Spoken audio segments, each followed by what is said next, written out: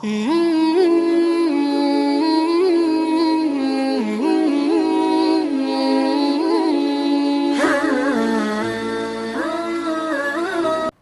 لله وكفى والصلاة والسلام على عباده الذين اصطفى أما بعد فأعوذ بالله من الشيطان الرجيم بسم الله الرحمن الرحيم عن سهل بن سعد رضي الله عنه أن رسول الله صلى الله عليه وآله وسلم قال لا يزال الناس بخير ما عجل الفطر. دا بخاری مسلم او ترمذی د دریو وانو کې دا روایت موجود دی. دا حضرت سهل ابن سعد رضی الله تعالی عنہ نا روایت ته چې نبی علیہ الصلوۃ والسلام فرمای لا یزال الناس بخیر، همیشه به خلق په خیری ما عجل الفطر، ترسو پورې چې دیو رو جماعت زر کوي. تیر درس کې ذکر د پېشمنی شوی او د هغې فضایل، وس پدې کې د روجماتي د وقت تعین کوي نبی علیہ الصلوۃ والسلام مختلف روایتو سره چې روجمات کې تعجیل تادی په کار د کله چې نور پریوزي او د ماخام ټیم داخل شي نو د ماخام د ټیم د دخول نه بعد روجمات کې تاخیر نه دی پکار، بلکې د ماخام د داخلیدو سره فوراً روجمات پکار دی. او د دې په مختلفو الفاظو سره نبی علیہ الصلوۃ والسلام چې کوم دینو تعبیر فرمای. دې روایت کې دا دی ان رسول الله صلی الله علیه و وسلم قال، دا خبره ذهن کې یاره ساتل بکار دی. بعضې خلک دا بانګ شروع شي او د ماخام ټیم داخل شي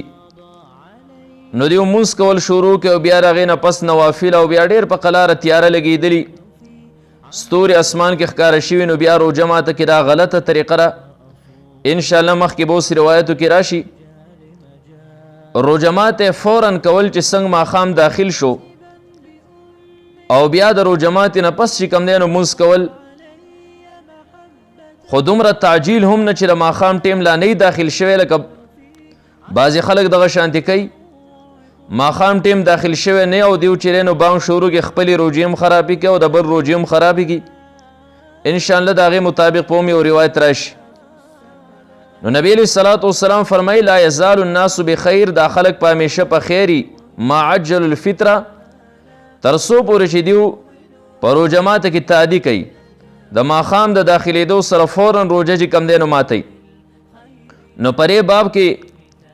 ګڼ روایت دي. هم دغه سهل ابن سعد رضی الله تعالی عنہ نه یو بل روایت دی. هغه فرمایي ان رسول الله صلی الله علیه و وسلم قال، نبی علیہ الصلوۃ والسلام فرمایي لا تزال امتی علی سنتی، زما امت په همیشه زما په طریقه او سنتو باندې ما لم تنتظر بفطرها النجوم، ترڅو پورې چې دیو په روجمات کې د ستورو انتظار نه کوي. د ستورو د انتظار نه مطلب دا چې دا ښه تاخیر په روجمات کې وکړي او ښه ستوري ښکاره شي، ځکه چې تیاره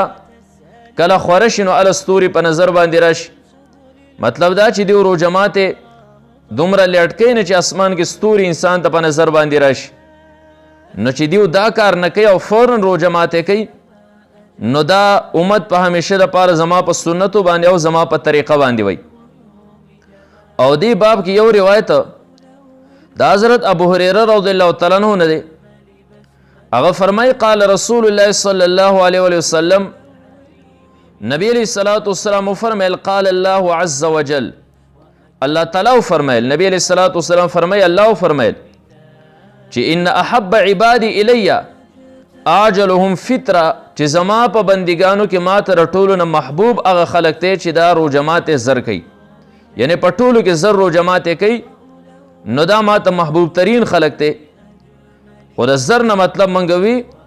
چې اله دی چې کله غروب آفتاب وشي، یعنې د ماښام ټیم داخل شي، د هغې نه مخکې نه نبی علیہ الصلوۃ والسلام نه یو بل روایت ته حضرت ابو هریره رضی الله تعالی عنہ د حدیث راوی دی. هغه فرمایي ان رسول الله صلی الله علیه وسلم قال، نبی علیہ الصلوۃ والسلام فرمایل لا یزال الدین ظاهرا، دا دین به همیشه لپاره غالبی یعنی قایم بی تر کوم وخت پورې ما عجل الناس الفطره، تر څو پورې چې خلک زر روژه ماتې کوي. ځکه لأن اليهود والنصارى يؤخرون، ځکه یهود او نصارا په روژه ماتې کې تاخیر کوي، لیټوالی کوي. نو موږ ولو پرون د پیشمنی په باب کې چې زمونږ او د اهل کتابو په منځ کې د روژې په منځ کې فرق دا په پیشمنی سره دی. نو هلته خبره شوې وه چې نبی علیه الصلاة والسلام امت ته دا تلقین کړی دی چې تاسو حتی الوسع د دیو مخالفت کوئ. نو دلته کې هم مخالفت چې دیو تاخیر کوي او موږ به روژه ماتې کې چې کوم دی نو تعجیل کوو. او دغه طریقه چې کوم دی د روافضو شیعګانو هم ده، دیو تاخیر کوي ښه کافي تیاره خوره شي، بیا له چې کوم دی نو دا روژه ماتوي. د دې ځای پورې دا د نبي علیه الصلاة والسلام اقوال شو، وز د نبی علیه الصلاة والسلام فعل سو په خپله به یې څه کار کو. نو حضرت انس ابن مالک رضی الله تعالی عنہ فرمای ما رأيت رسول الله صلی الله علیه وآله وسلم قد صلى صلاة المغرب حتى يفطر. ما نبی علیه الصلاة والسلام چرته هم نه لیدلی چې د ماښام مونځ یې کړی او روژه نه یې ماته کړي، یعنی اول یې همیشه دپاره روژه ماته کړې ده او د هغې نه پسې چې کوم دی نو بیا مونځ کړی دی، ولو علی شربت من ماء، اگر که په یو ګوټ اوبو سره ولې نه، یعنی یو ګوټ اوبه یې کړي خو روژه یې ماته کړې ده او بیا یې د هغې نه پس چې کوم دی نو بیا مونځ کړی دی. او دغه عمل د نبی علیه الصلاة والسلام د سنتو زیات متبع چې کوم دی حضرت عبدالله ابن عمر رضی الله تعالی عنہ، عبدالله ابن عمر رضی الله تعالی عنہما د فعل چې کوم دی نو نافع دا ذکر کوي چې عبدالله ابن عمر رضی الله تعالی عنہما چې کوم دی نو دا به روژه کې به د روژه ماتې په ټیم باندې دته خوراک حاضر شو او بیا به دی بانګ چې به کله ولی شو نو دی به کېناست خوراک ته روژه به یې ماتوله. مونځ به قایم شو، د مونځ اواز به د اورېده خو بیا به هم دی نه راته او بیا چې به کله د خوراک نه فارغ شو نو راوبوت او ده به بیا چې کوم دی نو هغه مونځ وکړه او دی فرمیل چې ما د نبي علیه الصلاة والسلام نه اورېدلي چې تاسو روژه ماتې باندې مونځ باندې تعدي مه کوئ، یعنې د روژه ماتې نه مونځ چې کوم دی نو دا مه مخکې کوئ. نو دې مذکورو روایتو کې دومره پته ولګېده چې د مسلمان وظیفه او کار به دی چې دی به اول روژه ماته کي، اگر که یو ګوټ اوبو سره ولې نه او بیا به د هغې نه پس چې کوم دی نو دی خپل مونځ کوي، روژه کې به تاخیر نه کوي. لکه بعضې شیخان او بزرګان په مسله باندې ناس او بیا د بانک سره چې کوم دی نو مونځ شروع کړي او بیا وابین نوافل ځانه کوي او بیا وروسته په قلاره باندې روژه ماته کړي. دا طریقه صحیح نه ده، دا د یهودو نصارو او د روافضو طریقه ده. خو ما وی چې دومره خبر ذهن کې یاره ساتئ، د دې نه مطلب د تعجیل نه دا دی ګورئ چې د ماښام ټیم داخل شي. وز بعضې خلک د ماښام ټیم نه داخل او دی بانک شروع کړي، خپله روژه هم برباده کړي او د بل روژه هم چې کوم دی نو برباده کړي. د هغې مطابق چې کوم دی نبی علیه الصلاة والسلام څه فرمایي، یو روایت هغې د لږ په غور سره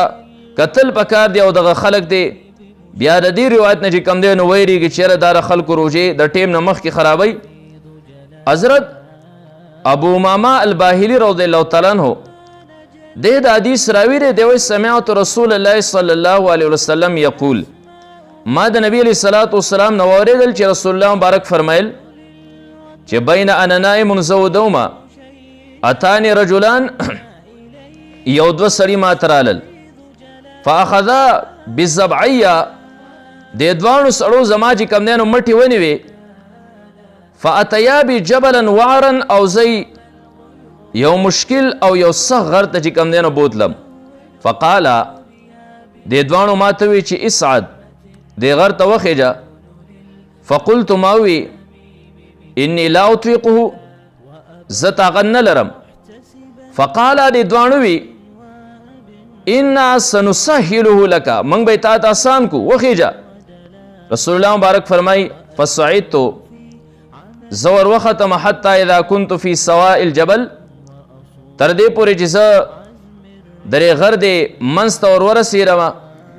اذا باصوات شدیدة، نو ناګهانه سخت اوازونه، ډېر سخت اوازونه، فقلتو ما چې کم دی نو وی ما هذه الاصوات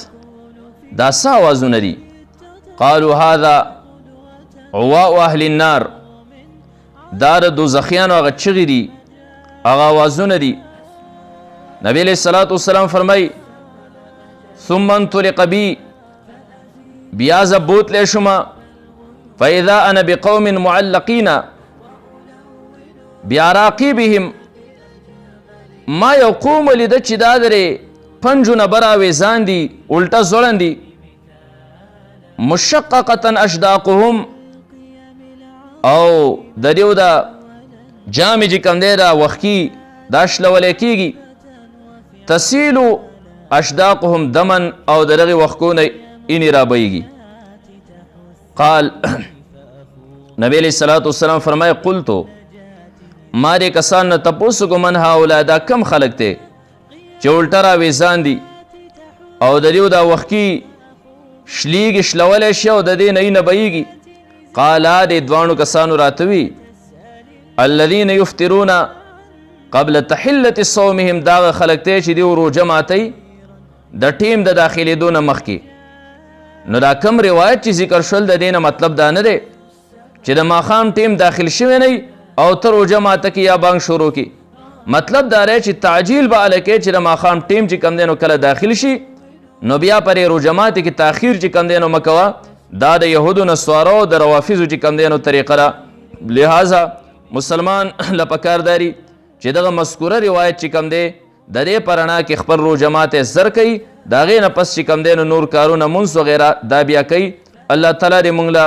د عملو کولو توفیق راکړي واخر دعوانا ان الحمد لله رب العالمین محترمو اوریدونکو